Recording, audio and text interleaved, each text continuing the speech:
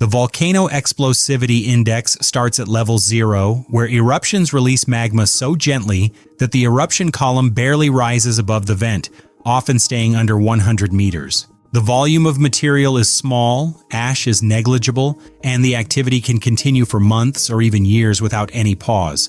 This steady output feeds thin lava sheets that spread outward, cooling into broad layers of basalt that gradually build shield volcanoes. Over time, entire coastlines can creep forward as fresh land hardens at the ocean's edge. The threat comes from continuity of the flow. Lava moves slowly, but it behaves like a slow-moving wall of fire, filling streets, burying farms, and crushing buildings.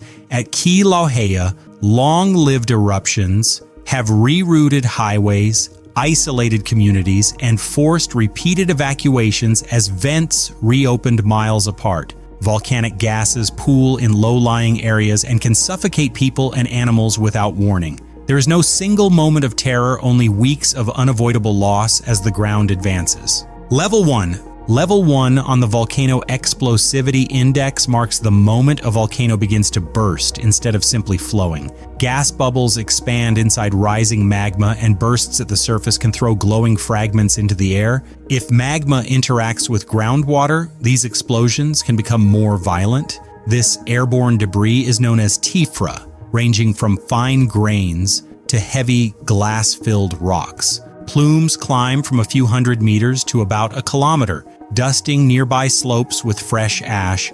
These events tend to repeat daily, giving volcanoes a restless, coughing rhythm. The disruption often feels brief, yet sharp. Ash sprinkles towns, flights pause, and emergency alerts ripple through nearby communities. On Stromboli in Italy, these small blasts light up the night sky so often that sailors once used the volcano as a lighthouse. Each eruption vents pressure from the system, sometimes easing stress within the conduit. Locals learn to live with the sound and the fallout, knowing that every release of gas buys time, even as it keeps the mountain awake. Level 2. At this level, eruptions send ash columns several kilometers into the sky, high enough to ride prevailing winds and scatter grit across entire regions. The ejected material behaves like powdered glass.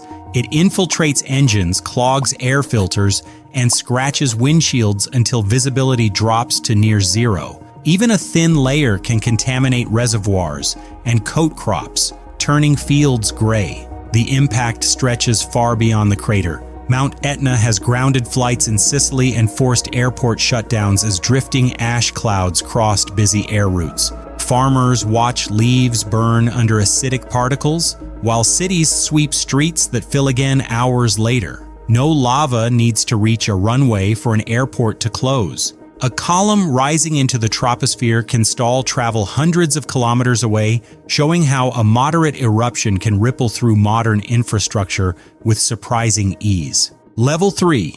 At VEI 3, eruptions sustain powerful columns that punch deep into the sky and shower heavy ash over populated valleys. Roofs sag under the growing load, power grids fail, and water sources turn gritty as ash settles into pipes and reservoirs. The violence at the vent throws blocks and hot fragments across the slopes, while collapsing eruption columns feed fast-moving clouds of ash and gas that scour the ground. One of the most lethal hazards emerges when heat meets ice and snow. Meltwater mixes with ash and rock, forming lahars that surge down river channels like wet concrete. In 1985, Nevado del Ruiz produced a relatively modest eruption, yet the heat unleashed torrents of mud that raced through narrow valleys after midnight. The flows reached towns at approximately 30 miles per hour, burying entire neighborhoods under meters of debris. Many victims never saw the volcano erupt. They felt the ground shake, heard a distant roar,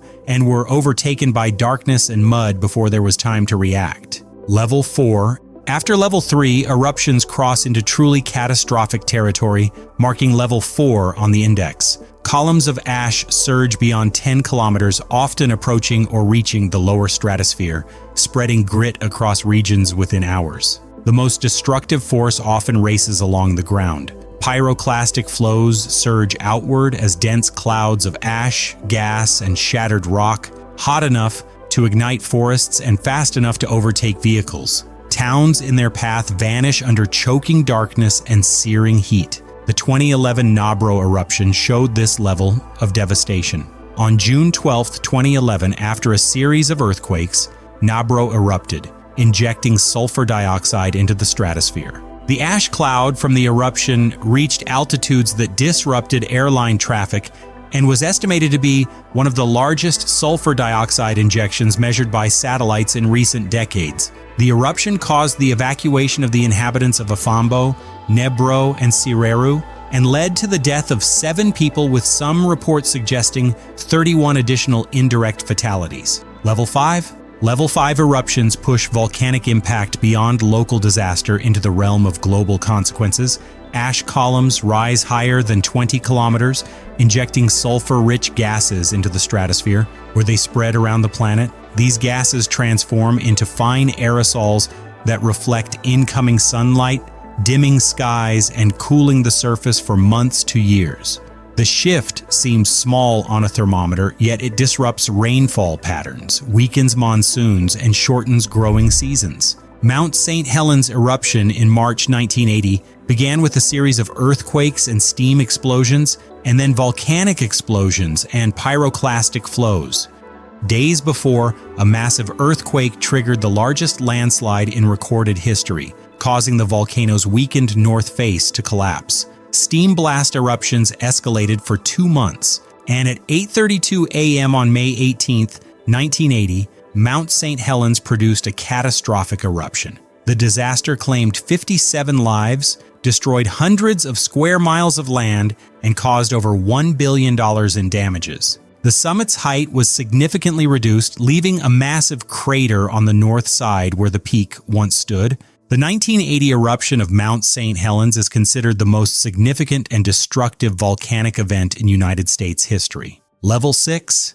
At VEI 6, eruptions release volumes of ash large enough to spread across large areas. Columns surge beyond 30 kilometers, spreading fine particles across hemispheres and loading the stratosphere with sulfur-rich gases that linger for years. Sunlight dims, rainfall patterns change, and harvests fail across regions that are nowhere near the volcano. Food shortages follow, then migration, and in fragile societies, political tension grows as resources thin. Krakatoa in 1883 revealed how far the reach of one volcano can extend. The eruption blasted apart the island, sent tsunamis across surrounding coasts, and hurled particles through the atmosphere that circled the globe multiple times. Barometers in distant cities jumped in unison as the shock passed overhead. For months afterward, sunsets burned crimson across the world as volcanic dust scattered sunlight into unfamiliar colors.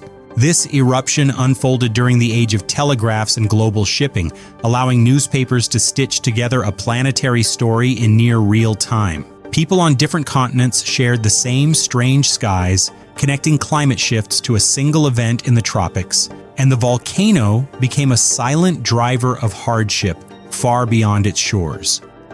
Level 7. Level 7 eruptions carve scars into the planet. These events empty vast magma chambers in hours to days, collapsing the ground above into calderas tens of kilometers wide. Ash columns climb beyond 40 kilometers, spreading debris across continents and oceans. The climate response unfolds over several years as sulfur aerosols cool the surface and disrupt atmospheric circulation. Growing seasons shorten, forests retreat, and food systems strain under repeated failures.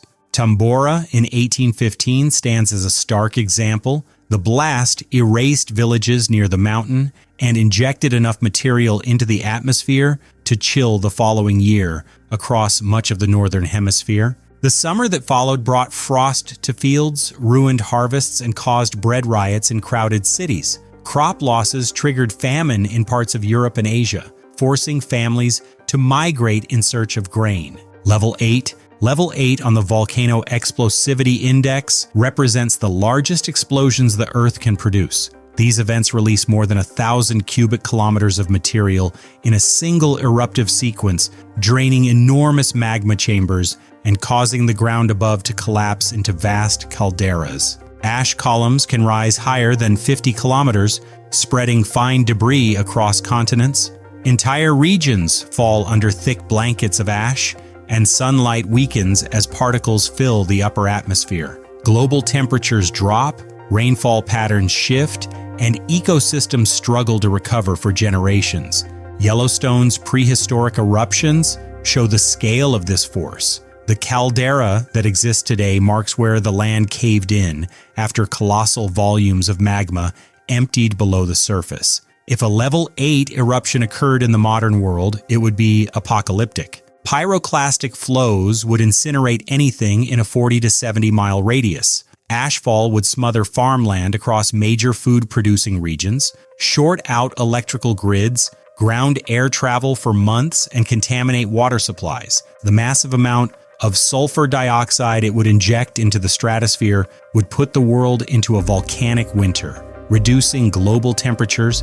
The strain on food reserves alone would put the world in a crisis. However, these super events unfold on timescales of tens of thousands of years, yet their consequences would reshape civilization. Thanks for watching. Curious about the past volcano eruptions that caused the most damage? Check out this video on the deadliest volcano eruptions in history.